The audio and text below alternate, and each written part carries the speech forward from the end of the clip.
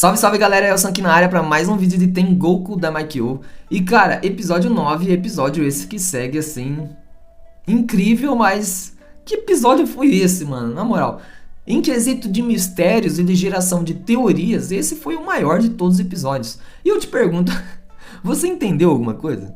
O episódio começa contando um pouquinho ali da história do Kona com a Asura. A Asura é aquela garota do laboratório que tirou sua própria vida e que parece um alienígena, né? E eles estão ali visualizando, é como que se a Asura estivesse ensinando o Kona a usar os seus poderes.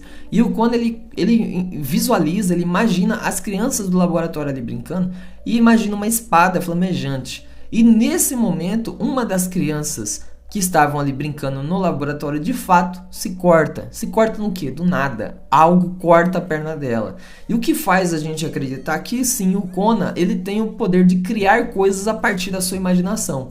Tanto que aqueles desenhos que ele faz, que se parecem com Hirukus, que se parecem com devoradores de gente, seria então esse projeto da imaginação dele. Ele teria esse poder de criar também esses monstros. Sobre os Hirukus, os devoradores de gente, nós temos até agora 3 teorias. A primeira teoria é aquela que o Dr. Uzami, o suposto Shiro do passado lá, aquela criança do laboratório que gosta da Mimihime, o Dr. Uzami, que é aquele doutor que morreu no episódio anterior, segundo ele, as pessoas que contraíram aquela doença misteriosa se tornam Hirukus. Então essa é a primeira informação que nós temos sobre uma possível origem dos devoradores de gente. Aí nós vamos para a segunda origem, que é o Kona, que aparentemente ele desenha, e quando ele desenha, quando ele cria ali, quando ele imagina aqueles desenhos, ele cria esses monstros. E durante o episódio é revelada a terceira teoria sobre a origem dos Hirukus, mas já a gente chega lá.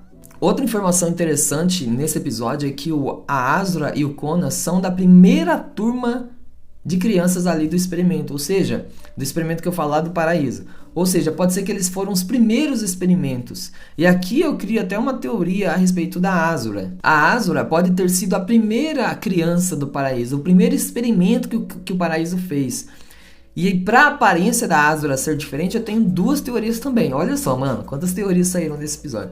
Tenho 2 teorias também sobre a Asura. Primeiro, que ela, por ser o primeiro experimento, foi um experimento, entre aspas, imperfeito, e por isso ela nasceu com uma aparência diferente dos humanos comuns.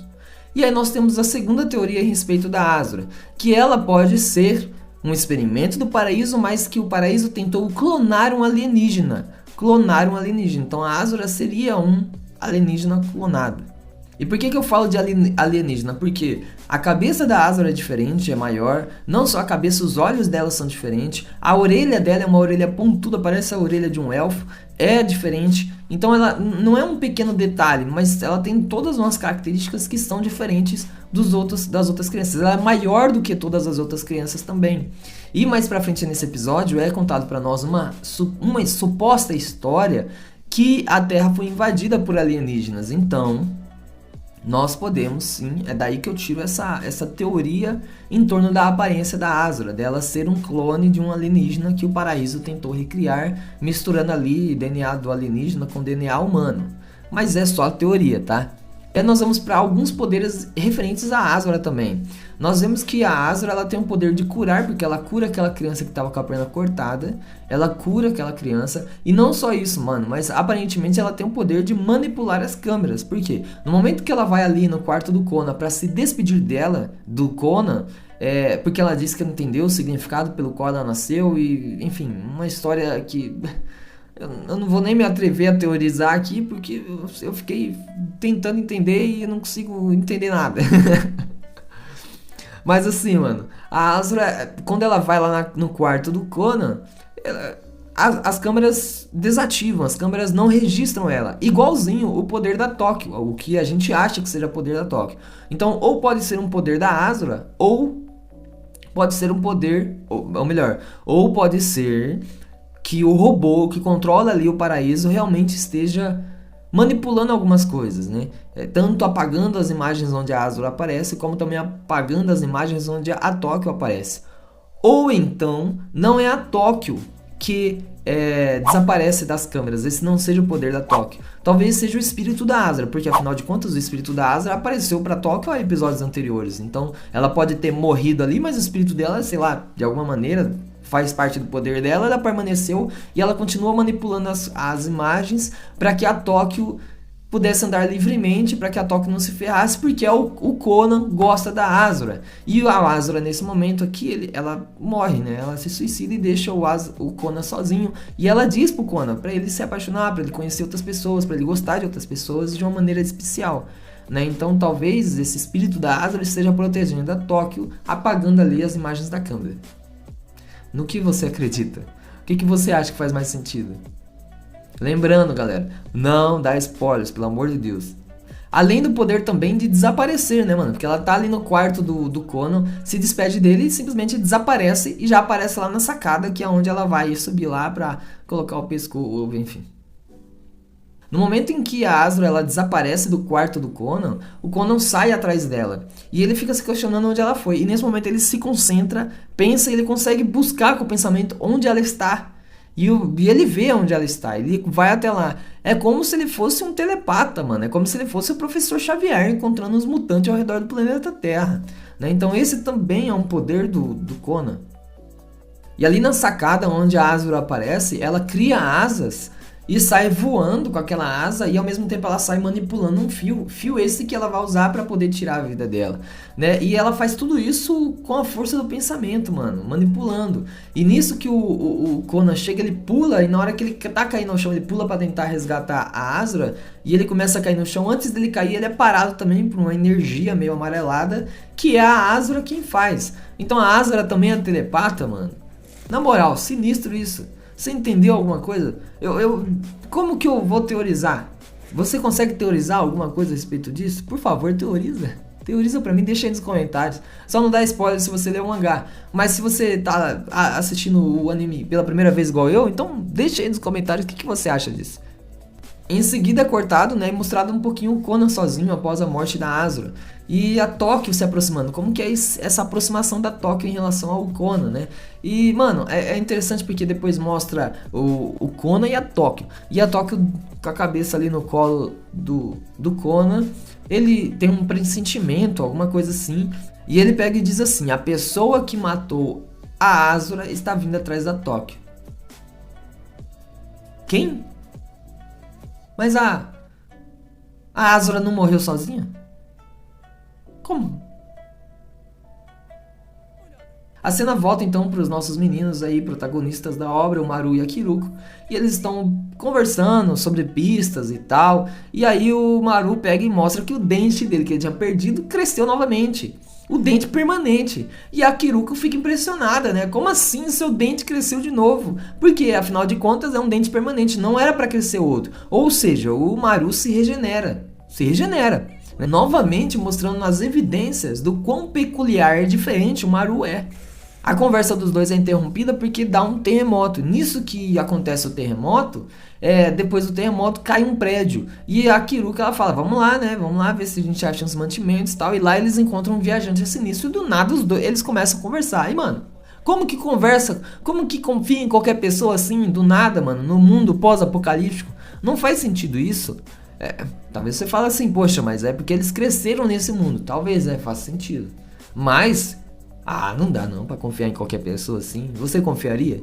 Corta então para um diálogo entre o Shiro e a Mimihime. E o Shiro pega e diz assim pra ela: você sempre está olhando para o alto. E ela responde: você sempre está olhando para mim. E nesse momento, cara, eu me lembrei imediatamente do episódio anterior do Dr. Uzami e a moça e a mulher doente, né? Por quê? Porque o último pedido daquela mulher doente foi que ela pudesse olhar para o céu. Ou seja, olhar para o alto. Assim como o Shiro está falando que a Mimihime sempre olha para cima, sempre está olhando para cima. E no momento em que o Dr. Uzami, após a mulher morrer, né, após o Maru matar o núcleo do monstro dentro dela e ela morrer, e depois o Dr. Uzami, antes dele tirar a sua própria vida, o que ele faz antes disso? Ele olha para ela. Ele olha para a mulher doente, ele fica olhando para ela. Assim como a Mimihime disse nesse momento pro Shiro: você sempre está olhando para mim. E aí, o que eu tô querendo dizer com isso? que isso é mais uma pista de que sim, o Shiro e a Mimihime podem ser sim o Dr. Uzami e aquela mulher que morreu, né? O que você acha sobre isso? Nesse diálogo entre o Shiro e a Mimihime, o Shiro sai, ele vai pra aula e deixa a Mimihime ali. E ela fica assustada, ela pega, poxa, então só eu consigo ver. Ver o quê? E aí mostra a visão dela. A hora que ela olha pro teto, ela consegue ver a silhueta, a sombra de uma pessoa com asas, que nada mais, nada menos é que a Asura. A Asura, quando ela cria aquelas asas, sobe pra tirar a vida dela. Então ela consegue ver aquela sombra ali. E é sinistro, né, mano? Ela é uma médium, parece uma médium. Partimos então pro diálogo do viajante misterioso com o Maru e a Kiruko. E ele começa a contar ali histórias sobre a origem da calamidade. E tem 3 teorias, segundo ele. A primeira teoria é que a calamidade acontece com a queda de um asteroide no planeta Terra, que eu não acredito muito. A segunda teoria, ele diz que foi uma invasão alienígena e por isso existem os monstros devoradores de gente, os Hirukos. E ele fala, nessa teoria da invasão alienígena, ele mostra a foto de uma pessoa, uma sombra, uma silhueta voando nos céus. Igualzinho a Asura, meus amigos, igualzinho.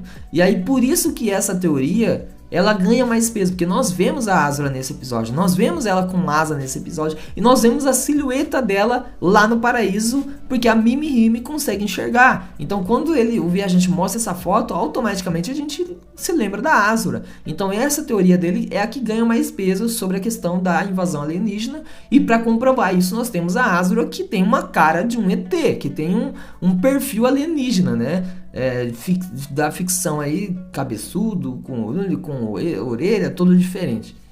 E a terceira teoria é que a calamidade acontece por causa de um ataque terrorista onde se usou armas especiais. E na minha opinião, das 3, da invasão alienígena é que tem mais peso. Por quê? Porque tem uma evidência, que é a foto daquela silhueta de uma pessoa voando muito parecida com a Asura.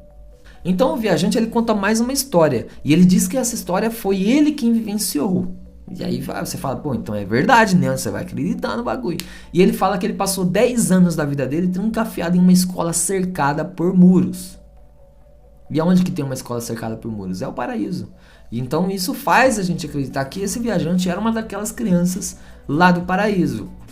Entretanto, ele vai falar que essa escola cercada por paraísos, ela foi cercada por uma outra cidadela. Várias mulheres construíram uma cidade ao redor dessa escola morada. E essas mulheres não aceitavam homens ali. Os únicos homens que elas aceitavam eram os homens que elas escolhiam como reprodutores, né, para serem seus reprodutores. E aí ele não conta como que ele saiu da escola murada e foi parar nessa cidade das mulheres, mas segundo ele se tornou escravo aí dessas mulheres como um reprodutor. E um casal dessas mulheres acaba tendo um filho homem, e os filhos homens eram excluídos, se tornavam reprodutores também, enquanto as mulheres eram aceitas naquela cidade que foi construída. Eu sei, mano, é sinistro, bem sinistro, mas enfim. E aí ele pega e fala que ele junto com essas 2 mulheres que tiveram um filho homem, tentam fugir, mas elas acabam sendo pegas e ele consegue escapar, né? E depois elas foram mortas, mas não se sabe onde foi parar o bebê. E o Maru, ele pergunta o que aconteceu com o bebê. Por que o Maru pergunta isso? Porque ele não sabe quem são os pais dele? Talvez porque ele é o bebê? Enfim, não acho que ele seja bebê, mas eu acho que é interessante o fato do Maru ficar com essa curiosidade. Talvez porque ele não sabe a origem dele mesmo, né? E assim, nessa história do viajante, a segunda parte, que é essa questão da cidade das mulheres, eu não botei muita fé não. Mas a primeira parte, que ele fala de uma escola morada, de uma escola toda cercada por muros, onde ele viveu durante 10 anos, liga completamente a gente ao paraíso, né? Agora, se ele era do paraíso... E o anime volta lá no paraíso, para uma reunião da diretoria do paraíso. E aquela diretora, aquela senhora, ela está passando a diretoria, o cargo de diretora, para uma outra pessoa. E essa outra pessoa é a doutora Aoshima, que até o momento nós não tínhamos sido apresentados. Ela foi mostrada para nós apenas nesse episódio. E aparentemente é ela quem está acompanhando a Tóquio, no caso da Tóquio grávida, que eu vou comentar já já. Então a doutora Aoshima vai ser essa próxima líder ali do paraíso. E quem é essa doutora? Quando ela ficou aparecendo, eu fiquei pensando, mano, parece demais com aquela mulher que cuidou do Maru. Que mulher? A Mikura, que cuidou dele, que falou que só ele tinha o poder do toque Maru de acabar com os Hirukus lá, com o núcleo dos Hirukus. A mesma que falou para ele procurar o paraíso e levar no paraíso o antídoto de uma doença. A mesma que deu aquela arma misteriosa para Kiruko e que contratou a Kiruko para acompanhar o Maru. A mesma mulher, a Mikura. Se você comparar a Mikura, eu até tirei uma foto da doutora Aoshima para comparar com a Mikura depois. As duas se parecem muito. Mas não dá pra afirmar que são a mesma pessoa. Porque se fosse a mesma pessoa, e se a teoria de que Maru e Kiruko estão no futuro, e tudo que acontece no laboratório é passado, então no momento em que a Mikura, se ela fosse a doutora Aoshima, no momento que a Mikura encontra o Maru, era pra ela ser mais velha e não tão jovem como aparenta ser. Então eu fiquei bem na dúvida. E o episódio encerra com a doutora ali na reunião da diretoria do Laboratório do Paraíso, falando que a Tóquio está grávida. Grávida de quem? Provavelmente do Kona, porque era o Kona que ela estava lá namorando. Então, entra aí a teoria de que, de fato, o Maru... Por que o Maru tem um rosto igual ao da Tóquio? Eu cheguei nos primeiros episódios a teorizar que talvez o Maru fosse irmão gêmeo, separado. Mas não. Agora faz sentido pensar que o Maru, na verdade, é filho da Tóquio com o Kona. E por isso ele tem tantos poderes e tantas habilidades, né? Um corpo físico totalmente diferente do corpo de qualquer ser humano. Meus amigos, quais são as suas apostas? Quais são as suas teorias? Você entendeu alguma coisa nesse episódio ou você ficou assim... Sabe aquele meme assim, ó... Puff.